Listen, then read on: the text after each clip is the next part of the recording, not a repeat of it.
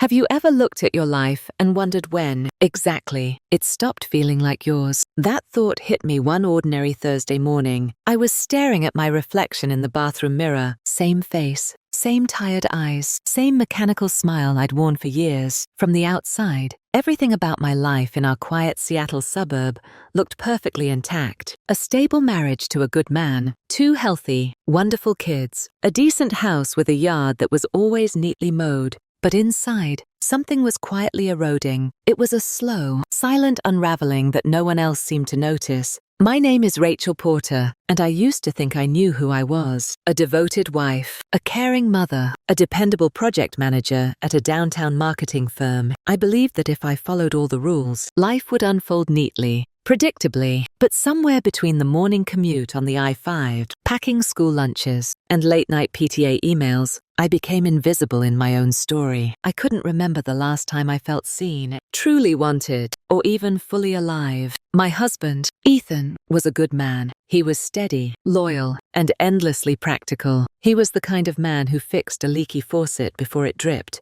and paid the mortgage a week before it was due. We'd been married for 12 years. The love between us had once burned bright, like a bonfire on a summer night. Now, it just glowed like the last ember of a fire you've forgotten to tend. We didn't fight often, but we didn't talk much either. We simply coexisted, orbiting each other like planets caught in a routine gravity. It wasn't unhappiness that gnawed at me. It was a profound emptiness, a hollowness that echoed in the quiet moments. Some nights, I'd lie awake beside him, listening to the steady rhythm of his breathing. I would wonder if he ever felt it. Too, that quiet ache of being together, yet feeling utterly alone. I never asked him. Maybe I was afraid I didn't want to know the answer. Then came Lucas Grant. He was a freelance graphic designer, hired to work with my team on a big Q3 project. From the moment we met in that sterile conference room, something in the air shifted. He had this unhurried confidence, a warmth that drew people in without him even trying. His laughter came easily, and his eyes, a mix of blue and gray, and always steady, had a way of making you feel like you were the only person in the room. At first, I told myself it was nothing, just harmless conversation with a new colleague,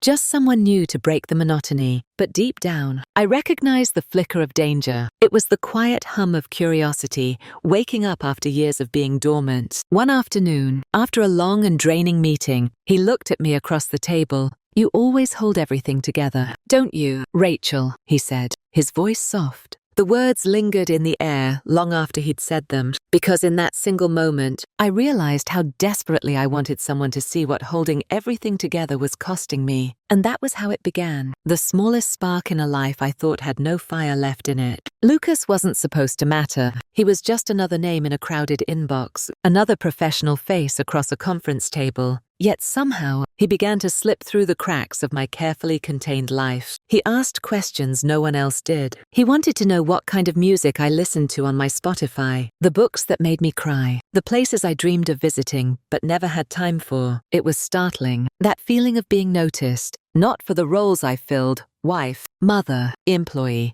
but simply for being me. Rachel. At first, I resisted it. I kept our conversations brief, polite, tucked neatly within the boundaries of professionalism. But boundaries are fragile things, especially when attention feels like oxygen after you've been holding your breath for years. Every time we talked, something in me softened. He had this effortless way of listening, of making silence feel safe instead of awkward. Ethan, meanwhile, drifted further into his routines. He'd come home from his engineering job tired, his eyes glazed from staring at schematics all day. His phone would be buzzing with notifications he'd scroll through while we ate dinner. We still shared a bed, but we didn't share a connection. Our conversations had become transactional. They were updates about the kids' soccer practice, grocery lists for our weekend trip to Trader Joe's, and small talk about the persistent Seattle rain. Sometimes I would look at him and wonder when we had stopped being partners and started being co-managers of the same predictable household. One evening, after the kids had gone to bed, I tried to bridge the gap.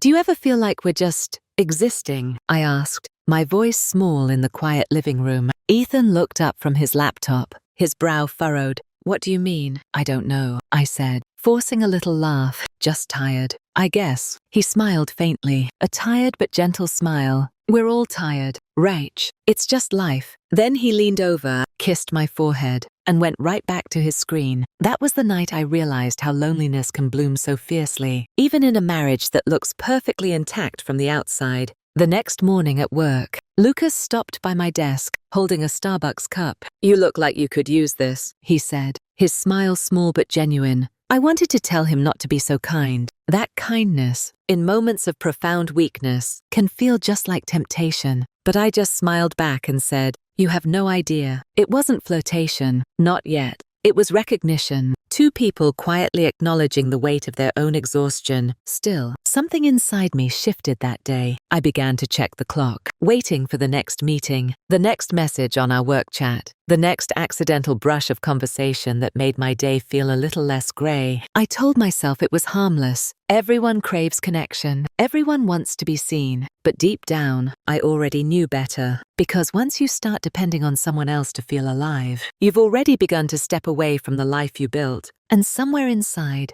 I think I knew I had already taken that first, dangerous step. It started small, the kind of small that pretends to be completely harmless, a shared inside joke during a long, boring meeting, a text sent a little too late at night about a work file that then veered into something personal, a moment of laughter in the break room that lingered a little too long. Each instance felt insignificant on its own, but together, they began weaving a quiet thread between us. One I pretended not to notice was tightening. Lucas had a way of making ordinary moments feel charged with electricity. When he spoke, he looked directly at me, as if he could hear the thoughts I didn't dare say aloud. Around him, I felt lighter, freer. It was like I'd stepped out of the grayscale of my daily life and into something vividly alive. One afternoon, we stayed late, finalizing a presentation for a new client. The office was nearly empty. The only sound between us was the low hum of the air conditioner. He leaned over my shoulder, so close that I could feel the warmth of his breath as he pointed to something on the screen. My pulse stuttered. For a moment, neither of us moved. Then he stepped back abruptly, clearing his throat. "Sorry," he said quietly. "Didn't mean to get in your space." "It's okay," I whispered, though my voice trembled slightly. That was the moment I realized how dangerous closeness can feel when you've been starved of it for so long. After that, avoidance became impossible. The more I tried to keep my distance, the more his presence filled the spaces I couldn't control. My thoughts during my commute, my mornings as I got ready, even the heavy silence of my marriage. I began dressing with more care, putting on a little makeup. I told myself it was for me, to feel better about myself. But I knew who I hoped would notice. Ethan did notice, but not in the way I secretly wanted. "You've been distracted lately," he said one night as we sat at the dinner table. "Is something going on at work?" I smiled too quickly, my heart hammering in my chest. "Just a big project. You know how it gets." He nodded, accepting the explanation without a single question. And something about his easy, unquestioning trust made the guilt ache even sharper. A week later, after a particularly long day, Lucas offered me a ride home. The rain was relentless, streaking across the windshield in glistening trails. The car smelled faintly of cedar and coffee. We talked about work, about our dreams, about how strange it feels when your life becomes so predictable. When he pulled up outside my house, I didn't move to open the door. We sat there in the silence, the rain tapping softly against the car windows. He turned to me, his voice barely above a whisper. "You don't have to keep pretending you're okay, Rachel." My throat tightened. For a second, I forgot how to breathe. I could have left then. I could have walked away, gone inside my warm, safe house, and locked the door behind me. But I didn't. Instead, I turned to face him, and that single decision, small, human, impulsive, was the one that changed everything. The moment our lips met, the world tilted on its axis. It wasn't fireworks or music swelling in the background. It was just a quiet collapse of everything I thought I controlled. The kiss was soft, hesitant, almost accidental. Yet, it felt like stepping over a line I could never, ever uncross. When I pulled away, my heart was pounding so hard I could hear it in my ears. "We can't," I whispered, though even I wasn't sure if it was a plea or a lie. "I know," Lucas murmured, but his eyes said something entirely different. That night, I couldn't sleep. I lay beside Ethan, the ghost of that kiss haunting me. Guilt tightened like a vice around my chest. Every part of me screamed that I'd done something unforgivable. Yet, beneath the shame, there was a pulse of something else, aliveness. It was terrifying and intoxicating all at once. Days blurred into weeks. I tried to act normal, to bury what had happened beneath layers of routine, but nothing felt normal anymore.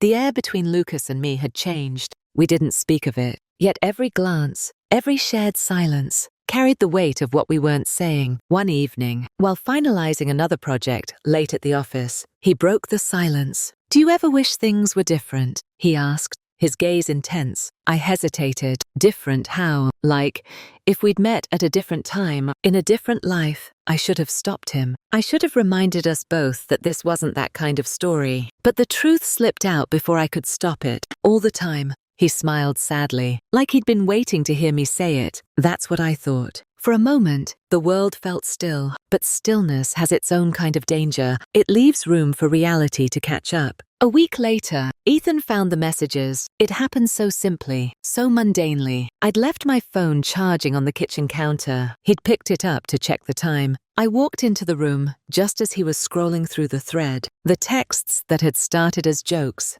and turned into confessions. The late-night exchanges that had crossed deep into forbidden territory. His face drained of all color. "Rachel, what is this?" There was no use pretending. The truth had already spoken for me, glowing there on the screen. "I'm sorry," I said, the words breaking apart as they left my lips. "Was it him?" he asked quietly. "The designer, Lucas." I just nodded, unable to speak. For a long moment, he said nothing. The silence in our kitchen stretched until it felt unbearable, broken only by the hum of the refrigerator. Then, with a voice barely above a whisper, he asked the one question that mattered. Why? I wanted to explain. I wanted to tell him about the loneliness, the numbness, the way I'd started to disappear inside our perfect little life. But all that came out was the truth, stripped bare. Because I didn't know how to feel alive anymore. He stared at me, his eyes glassy with the pain I had put there. Then he turned and walked out of the room, and in that instant, I finally understood. Sometimes the thing that wakes you up is also the thing that breaks you completely. It's been almost a year since that night. The night everything fell apart. Ethan moved out the following week. He took only a suitcase and a heavy, suffocating silence. The house felt cavernous without him, as if every room echoed with all the things we'd left unsaid for years. The kids adjusted faster than I did. Children have a way of accepting a new reality as fact. I, on the other hand, woke each morning to a hollow ache in my chest, a constant reminder that actions, once taken, can't be undone. Lucas tried to reach out at first. There were texts, emails, apologies written between the lines. But I couldn't face him. What had once felt like oxygen now felt suffocating. Whatever connection we had shared had been burned clean by the fire of my guilt. Eventually, his messages stopped. Maybe he finally understood what I'd known all along. What we had wasn't love. It was only the illusion of an escape. I started therapy a few months later. At first, I sat through the sessions like an observer in my own story, answering my therapist's questions mechanically. But gradually, with her gentle guidance, the layers began to peel back. One day, she asked me something that stayed with me. "Rachel, when did you stop showing up for yourself?" I didn't have an answer then. Maybe it was the day I stopped writing in my journal, or the years I spent shrinking my own needs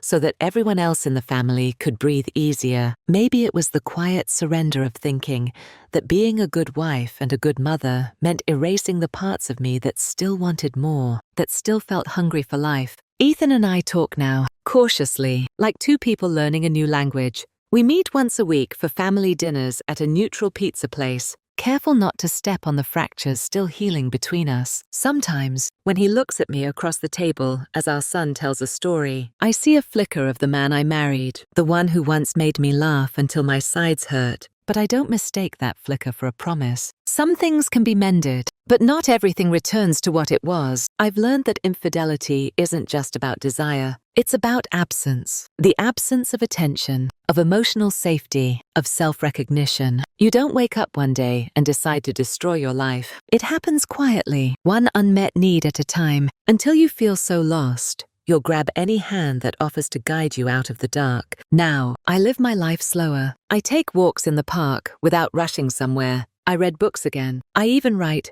especially when it hurts. There's a strange kind of peace in rebuilding yourself from the ruins of your own choices.